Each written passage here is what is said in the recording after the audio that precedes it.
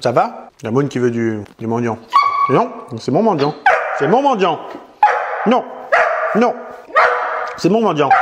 T'as qu'à te faire tes mendiants en croquettes. Coucou, c'est Doired, bienvenue.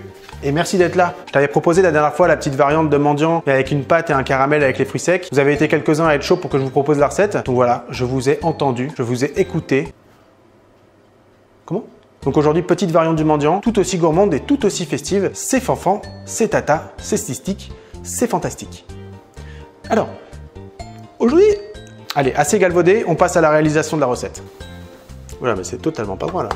Alors pour ces petits mendiants, il va te falloir environ 200-250 grammes de fruits secs. Moi, t'as vu, j'ai pris des noisettes, des amandes, des noix de pécan, des noix. Et puis j'avais mis des petits pignons. Bon là, on les voit pas, ils sont au fond. Tu mets vraiment les noix que tu veux. 150 grammes de sucre blanc, environ 50-60 grammes de miel, 50 grammes de beurre et une pâte sablée sucrée ou une pâte brisée sucrée, comme tu veux. Moi, je vais pas te mentir, j'ai pris la pâte à brodeleux qui me restait. Ça fera très bien l'affaire, c'est aux épices et tout. Mais sinon, tu peux te faire ta petite pâte sablée. Juste par rapport à la garniture de ces petits mendiants, je te déconseille de prendre des fruits Je bave. Pour le coup, là, je vais te déconseiller de prendre des fruits confits parce que vu qu'on va faire un caramel, fruits confits plus caramel, bonjour le sucre. Bonjour le sucre. Bonjour le sucre.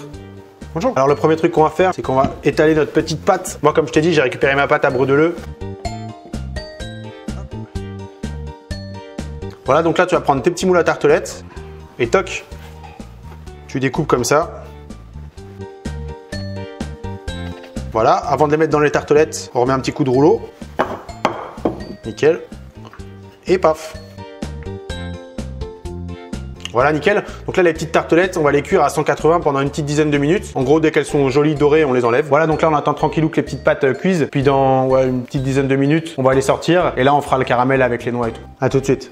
Voilà, donc ça fait à peu près 8 minutes. Les petites pâtes sont bien dorées, bien jolies. Je les laisse refroidir et puis on les démoulera. Donc en attendant, on va faire le caramel. Donc dans une casserole, on met le sucre, le beurre et le miel avec un petit peu d'eau. Et on va faire chauffer ça tranquillou. On met quand même un feu assez fort parce qu'on veut quand même faire un caramel. En attendant que le caramel se fasse, on va démouler les petites tartelettes. Voilà, normalement ça vient tout seul, hein. Splendide. On touille comme ça et dès qu'on voit que ça devient blond, on va venir balancer les noix dedans. Ça commence à sentir un peu le caramel là. Voilà, là j'éteins le feu parce que tu vois qu'il devient un petit peu blond. Et je balance toutes mes noix dedans. Je mélange gentiment. Oh, c'est trop beau, my god. Et avec une cuillère à soupe, je vais remplir mes petites tartes. Mes petites tartelettes d'amour. Voilà, mais quelle gourmandise, quelle gourmandise. Donc là, c'est tentant de faire ça avec le doigt, mais il faut vraiment pas le faire avec le doigt parce que le caramel, c'est extrêmement chaud. Et voilà, c'est quand même magnifique, non?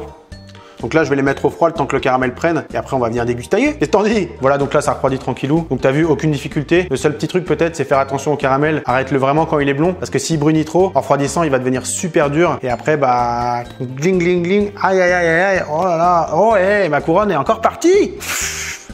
Voilà, donc voilà, pour éviter ce genre de désagrément, tu l'arrêtes quand il est blond et c'est nickel. Et voilà, des magnifiques petits mendiants ont refroidi, le caramel a figé, il n'est pas encore totalement froid, mais bon, ça va pas m'empêcher de le déguster.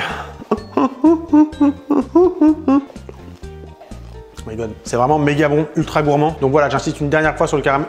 J'ai craché. Donc voilà, j'insiste une dernière fois sur le caramel. Le laisse vraiment pas trop longtemps. Et si jamais t'as peur que le caramel soit trop dur, n'hésite pas à balancer un petit peu de crème liquide dedans à la fin. Ça va le rendre un petit peu plus onctueux, quoi. Si t'as aimé cette vidéo, n'hésite pas à mettre un petit pouce et à t'abonner si c'est pas fait. Sur ce, moi je te dis à la prochaine recette et je te fais un bisou.